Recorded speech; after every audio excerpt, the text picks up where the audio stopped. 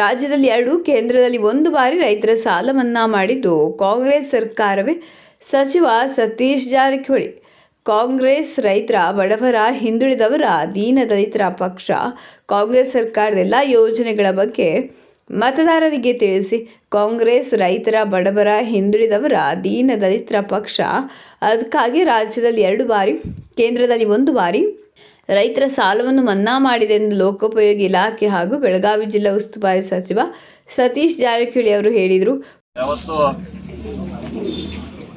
ಗ್ರಾಮದ ಎಲ್ಲ ಹಿರಿಯರಿಗೆ ನಮಸ್ಕರಿಸುತ್ತಾ ಬರುವಂಥ ಚಿಕ್ಕೋಡಿ ಲೋಕಸಭೆ ಚುನಾವಣೆಯ ಪ್ರಚಾರಾರ್ಥವಾಗಿ ನಮ್ಮ ಗ್ರಾಮಕ್ಕೆ ಬಂದಿದ್ದೇವೆ. ಈ ಸಂದರ್ಭದಲ್ಲಿ ಈಗಾಗಲೇ ನಮ್ಮನ್ನು ಉದ್ದೇಶ ಮಾತಾಡಿದಂಥ ಹಿರಿಯರು, ಮಾಜಿ ಸಚಿವರಾದ ಶಶಿಕಾಂತ್ ನಾಯ್ಕ ಅವರೇ, ವಿಜಯ್ ಅವರೇ, ಅವರೇ, ಇನ್ನುಳಿದ ರಿಷಬ್ ಅವರು, ಗ್ರಾಮಸ್ಥರು ಪರಿಚಯ ಮಾಡಿಕೊಡಿ. ನಿಮಗೆಲ್ಲ ಎಸ್ ಆರ್ ಪಾಟೀಲ್ ಅವರು, ನಾವು ಚೌಗ್ಲಾ ಅವರು,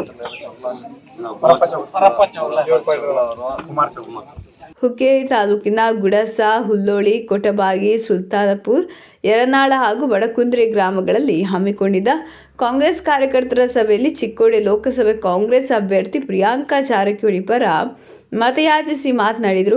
ಸಿಎಂ ಸಿದ್ದರಾಮಯ್ಯನವರ ಹಿಂದಿನ ಅವಧಿಯಲ್ಲಿ ಕುಮಾರಸ್ವಾಮಿ ನೇತೃತ್ವದ ಸಮ್ಮಿಶ್ರ ಸರ್ಕಾರದಲ್ಲಿ ರೈತರ ಸಾಲವನ್ನು ಸಂಪೂರ್ಣ ಮನ್ನಾ ಮಾಡಿದ್ದೇವೆ. ಡಾಕ್ಟರ್ ಮನಮೋಹನ್ ಸಿಂಗ್ ನೇತೃತ್ವದ ಕಾಂಗ್ರೆಸ್ ಸರ್ಕಾರದಲ್ಲಿ 70,000 ಕೋಟಿ ರೂಪಾಯಿ ರೈತರ ಸಾಲವನ್ನು ಮನ್ನಾ ಮಾಡಿದ್ದೇವೆ. ಆದ್ದರಿಂದ ಸದಾ ನಿಮ್ಮ ಪ್ರಗತಿಯನ್ನು ಬಯಸುವ ಕಾಂಗ್ರೆಸ್ ಪಕ್ಷವನ್ನು ಬೆಂಬಲಿಸಬೇಕೆಂದು ತಿಳಿಸಿದರು. ರಾಜ್ಯ ಕಾಂಗ್ರೆಸ್ ಸರ್ಕಾರ 5 ಗ್ಯಾರಂಟಿ ಯೋಜನೆಗಳನ್ನು ಜಾರಿಗೊಳಿಸಿದೆ. ಆದರೆ ಕಾರ್ಯಕರ್ತರು ಮನೆಯಲ್ಲಿ ಕುಳಿತರೆ ಸಾಲದು. ಕಾಂಗ್ರೆಸ್ ಸರ್ಕಾರದಿಂದ ಯೋಜನೆಗಳ ಬಗ್ಗೆ ಮತದಾರರಿಗೆ ತಿಳಿಸಬೇಕೆಂದು ಕರೆ ನೀಡಿದರು. ಬಿಜೆಪಿಯವರು ಹೇಳ್ತಾರೆ ಮೋದಿ ಮುಖ ನೋಡಿ ಮತ ನೀಡಿ ಎಂದು. ಆದರೆ ಮೋದಿ ಮುಖ ನೋಡಿ ಬಿಜೆಪಿ ಅಭ್ಯರ್ಥಿಗೆ ಮತ ನೀಡಿದರೆ ಪ್ರಧಾನಿ ಮೋದಿ ಬಂದು ನಿಮ್ಮ ಸಮಸ್ಯೆಗಳಿಗೆ ಸ್ಪಂದಿಸಲ್ಲ. ಅದಕ್ಕಾಗಿ ಸ್ಥಳೀಯವಾಗಿ ನಿಮ್ಮೆಲ್ಲ ಕಷ್ಟ ದುಃಖಗಳಲ್ಲಿ ಭಾಗಿಯಾಗುವ ನಮ್ಮನ್ನು ಬೆಂಬಲಿಸಬೇಕು. ಇನ್ನು ಪ್ರಿಯಾಂಕಾ ಜಾರಕಿಹೊಳಿ ಗೆಲ್ತಾರೆಂಬ ವಿಶ್ವಾಸ ನಮಗಿದೆ. ಆದರೆ ಹೆಚ್ಚಿನ ಮತಗಳ ಅಂತರದಿಂದ ಗೆಲ್ಲಿಸಬೇಕೆಂದು ಮನವಿ ಮಾಡಿದರು. ಈಗಾಗಲೇ ನಿಮ್ಮ ಭಾಗಕ್ಕೆ ನೀರು ಒದಗಿಸಿದ್ದೇವೆ. ಮುಂದೆ ಇನ್ನಷ್ಟು ಹೆಚ್ಚಿನ ಸಂಖ್ಯೆಯಲ್ಲಿ ನೀರಾವರಿ ಯೋಜನೆಗಳನ್ನು ಅನುಷ್ಠಾನಕ್ಕೆ ತರಲು ಪ್ರಾಮಾಣಿಕವಾಗಿ ಪ್ರಯತ್ನಿಸುತ್ತೇವೆ. ಪ್ರಿಯಾಂಕಾ ಜಾರಕಿಹೊಳಿ ಅವರಿಗೆ ಹೆಚ್ಚಿನ ಮತಗಳನ್ನು ನೀಡುವ ಮೂಲಕ ನಮ್ಮ ಕೈಯನ್ನು ಬಲಪಡಿಸಬೇಕೆಂದು ತಿಳಿಸಿದರು. ಜನಕ್ಕೆ ಮೂಲಭೂತ ಸೌಕರ್ಯಗಳನ್ನು ಒದಗಿಸುವುದೇ ನಮ್ಮ ಮೊದಲ ಆದ್ಯತೆ. ಹುಕ್ಕೇರಿ ಕ್ಷೇತ್ರಕ್ಕೆ ನಮ್ಮ ಇಲಾಖೆಯಿಂದ ಈ ಬಾರಿ 5 ಶಾಲೆಗಳನ್ನು ನೀಡಿದ್ದೇವೆ. ಗುಣಮಟ್ಟದ ರಸ್ತೆಗಳನ್ನು ನಿರ್ಮಿಸಿದ್ದೇವೆ. ಇನ್ನು ನೀರಾವರಿ ಸೌಲಭ್ಯ ಕಲ್ಪಿಸಲು ಕಳೆದ 2 ತಿಂಗಳಿಂದ ಶ್ರಮಿಸುತ್ತಿದ್ದೇನೆ. ಚುನಾವಣೆಗೆ ನಿಲ್ಲಬೇಕೆಂಬುದು ಕನಸು ಮನಸ್ಸಿನಲ್ಲಿ ಇರಲಿಲ್ಲ. ಆದರೆ ಹೈಕಮಾಂಡ್, ರಾಜ್ಯ ನಾಯಕರು, ಜಿಲ್ಲೆಯ ಎಲ್ಲ ನಾಯಕರ ಮನವಿ ಒತ್ತಾಯದ ಮೇರೆಗೆ ಪ್ರಿಯಾಂಕಾ ಅವರನ್ನು ಚುನಾವಣಾ ಕಣಕ್ಕೆ ಇಳಿಸಿದ್ದು, ಪ್ರಿಯಾಂಕಾ ಅವರನ್ನು ಗೆಲ್ಲಿಸಲು ನೀವೆಲ್ಲ ಶ್ರಮಿಸಬೇಕೆಂದು ಹೇಳಿದರು. ಇನ್ನು ಸುಲ್ತಾನಪುರ ಗ್ರಾಮದಲ್ಲಿ ಹಮ್ಮಿಕೊಂಡಿದ್ದ ಕಾಂಗ್ರೆಸ್ ಕಾರ್ಯಕರ್ತರ ಸಭೆಯಲ್ಲಿ ಸುಲ್ತಾನಪುರ ಗ್ರಾಮದ ಜನತೆ ನಮ್ಮೂರಿನಲ್ಲಿ ಕೆಲವು ಅಭಿವೃದ್ಧಿ ಕೆಲಸಗಳಾಗಬೇಕೆಂದು ಮನವಿ ಮಾಡಿದರು. ಸ್ಥಳದಲ್ಲೇ ಮನವಿಗೆ ಸ್ಪಂದಿಸಿದ ಸಚಿವ ಸತೀಶ್ ಜಾರಕಿಹೊಳಿ ಚುನಾವಣೆ ಮುಗಿದ ಬಳಿಕ ನಿಮ್ಮೆಲ್ಲ ಬೇಡಿಕೆಗಳನ್ನು ಈಡೇರಿಸುತ್ತೇನೆಂದು ಭರವಸೆ ನೀಡಿದರು. ಕುಮಾರ್ ಚೌಗಲ ಅವರು, ಶಾಂತಿನಾಥ ಹಾಲಪ್ಪ ಅವರು, ನಮ್ಮ ಊರಿನ ಪ್ರಮುಖ ನಾಯಕರು ಶಿವಗೌಡ ಪಾಟೀಲ್ ಅವರು, ಇನ್ನುಳಿದ ಎಲ್ಲ ನಮ್ಮ ಮತದಾರ ಬಂಧುಗಳೇ, ಈಗಾಗಲೇ ಶಶಿಕಾಂತ್ ನಾಯ್ಕ ಅವರು ಕಾಂಗ್ರೆಸ್ ಪಕ್ಷಕ್ಕೆ ಯಾಕೆ ಮತ ನೀಡಬೇಕು, ನಾವು ಮಾಡಿರುವಂಥ ಸಾಧನೆ ಏನು ಮತ್ತು ಆರಿಸಿ ಬಂದರೆ ಪ್ರಿಯಾಂಕಾ ನಿಮಗೇನು ಮಾಡ್ಬೋದು ಅನ್ನೋದನ್ನ ಹೇಳುವಂಥ ಪ್ರಯತ್ನ ಮಾಡಿದ್ದಾರೆ. ನೀವೇನು ಪ್ರಜ್ಞಾವಂತ ಮತದಾರರು, ಏನು ಸುಮಾರು ಓಟ್ ಹಾಕಿದ್ರೆ ಏನು ಹೊಸದೇನಲ್ಲ ನಾವು ಹೇಳೋದು. ಎಷ್ಟು ಸಲ ಹಾಕಿರಿ? 6, 7, 8 ಸಲ ಓಟ್ ಹಾಕಿರ್ಬೋದು. ನಮ್ಮ ಕರ್ತವ್ಯ ನೀವು ಊರಿಗೆ ಬರಬೇಕು, ವಿನಂತಿ ಮಾಡ್ಕೊಳಕ್ಕೆ ಅಷ್ಟು ಮಾತ್ರ ಬಂದಿದ್ದೀವಿ.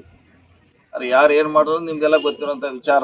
ಏನು ಮಾಡ್ಬೋದು, ಅವ್ರಿಗೆ ಅಧಿಕಾರ ಸಿಕ್ಕರೆ ಎಷ್ಟು ಜನ ಪರ ಕೆಲಸ ಮಾಡೋದು ಭಾಳ ಮುಖ್ಯ. ಈ ರಾಜಕೀಯ ಅಂದರೆ ಇದೊಂದು ಸೇವೆ. ಅದು ಸೇವೆ ಮನೋಭಾವದಿಂದ ನೋಡ್ಬೇಕಾಗ್ತದೆ ಹೊರತಾಗಿ ಅದಕ್ಕೆ ಬೇರೆ ರೀತಿಯಿಂದ ಮಂತ್ರಿ, MLA, MP, MLA ಅಂತ ನೋಡ್ಲಿಕ್ಕೆ ಆಗೋಲ್ಲ. ನಾನೊಬ್ಬ ಸೇವಕ, ಜನ ಅಧಿಕಾರ ಕೊಟ್ಟಾರ, ಅದನ್ನ ಆದಷ್ಟು ಅವ್ರಿಗೆ ವಾಪಸ್ ಕೊಡುವಂಥ ಪ್ರಯತ್ನ ಆಗ್ಬೇಕು. ಅಷ್ಟೇ ನಮ್ಮ ಜನನು ಬಯಸೋದಷ್ಟೇ. ಮಾಜಿ ಸಚಿವ ಶಶಿಕಾಂತ್ ನಾಯಕ್ ಮಾತನಾಡಿ, ಸಚಿವ ಸತೀಶ್ ಜಾರಕಿಹೊಳಿ ಅವರ ಕಾರ್ಯಕ್ಷಮತೆ ಬಗ್ಗೆ ನಿಮ್ಗೆಲ್ರಿಗೂ ಗೊತ್ತಿದೆ. ಯಾರೇ ಜನಸಾಮಾನ್ಯರು ಅವರ ಬಳಿ ಹೋದರೆ ಸಮಾಧಾನದಿಂದ ಸಮಸ್ಯೆ ಆಲಿಸಿ ಪರಿಹಾರ ಕಲ್ಪಿಸ್ತಾರೆ.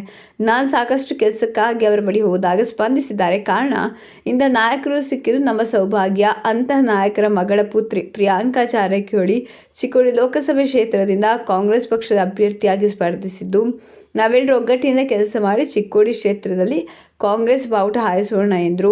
ಹುಕ್ಕೇರಿ ಬ್ಲಾಕ್ ಕಾಂಗ್ರೆಸ್ ಅಧ್ಯಕ್ಷ ವಿಜಯರಾವದಿ ಮಾತನಾಡಿದರು.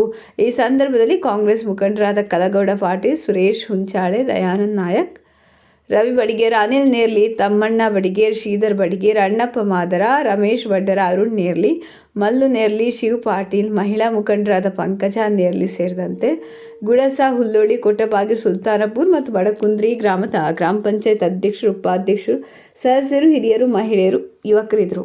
ಈಗಾಗಲೇ ಆ ಕೊಟಬಾಗಿ ಹಾಗೂ ಸುತ್ತಮುತ್ತಲ ರಕ್ಷಿ, ಶಿರಗಾಂವ್, ಸುಲ್ತಾನ್ಪುರ್ ಇಂದ ಆಗಮಿಸಿದಂಥ ಸುತ್ತಮುತ್ತ ಗ್ರಾಮಗಳ ಆಗಮಿಸಿದಂಥ ಯಾವತ್ತೂ ಸ್ನೇಹಿತರೆ, ಈಗಾಗಲೇ ತಮಗೆಲ್ಲ ಗೊತ್ತಿದೆ, ಬರುವ 7ನೇ ತಾರೀಕು ಲೋಕಸಭಾ ಚುನಾವಣೆ ನಡೆದಿದೆ. ಒಂದು ಐತಿಹಾಸಿಕ ಚುನಾವಣೆ ಇದು.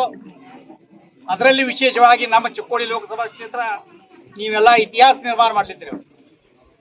ಯಾಕಂದ್ರೆ ಇವತ್ತ ಚಿಕ್ಕೋಡಿ ಲೋಕಸಭಾ ಕ್ಷೇತ್ರಕ್ಕೆ ನಮ್ಮ ಪಕ್ಷದ ಕಾಂಗ್ರೆಸ್ ಪಕ್ಷದ ಅಭ್ಯರ್ಥಿಯಾಗಿ ಕುಮಾರಿ ಪ್ರಿಯಾಂಕಕ್ಕ ಜಾರಕಿಹೊಳಿ ಅವರು ಕಾಂಗ್ರೆಸ್ ಪಕ್ಷದಿಂದ ಸ್ಪರ್ಧಿಸಿದ್ದಾರೆ.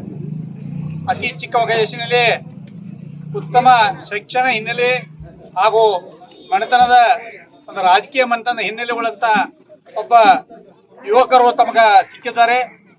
ಇವತ್ತು ಅವರು ಆಯ್ಕೆ ಆದರೆ ದೇಶದಲ್ಲಿ ಏನೋ ಇತಿಹಾಸ ಬರಲಿದ್ದೇವೆ. ಯಾಕ ಚಿಕ್ಕ ವಯಸ್ಸಿನಲ್ಲಿ ಒಬ್ಬ ಸಂಸದರಾಗುವಂಥ ಸಂಸದರನ್ನು ಮಾಡಿಕೊಡುವಂಥ ಭಾಗ್ಯ ನಮ್ಮ ನಿಮ್ಮೆಲ್ಲರ ಮೇಲಿದೆ.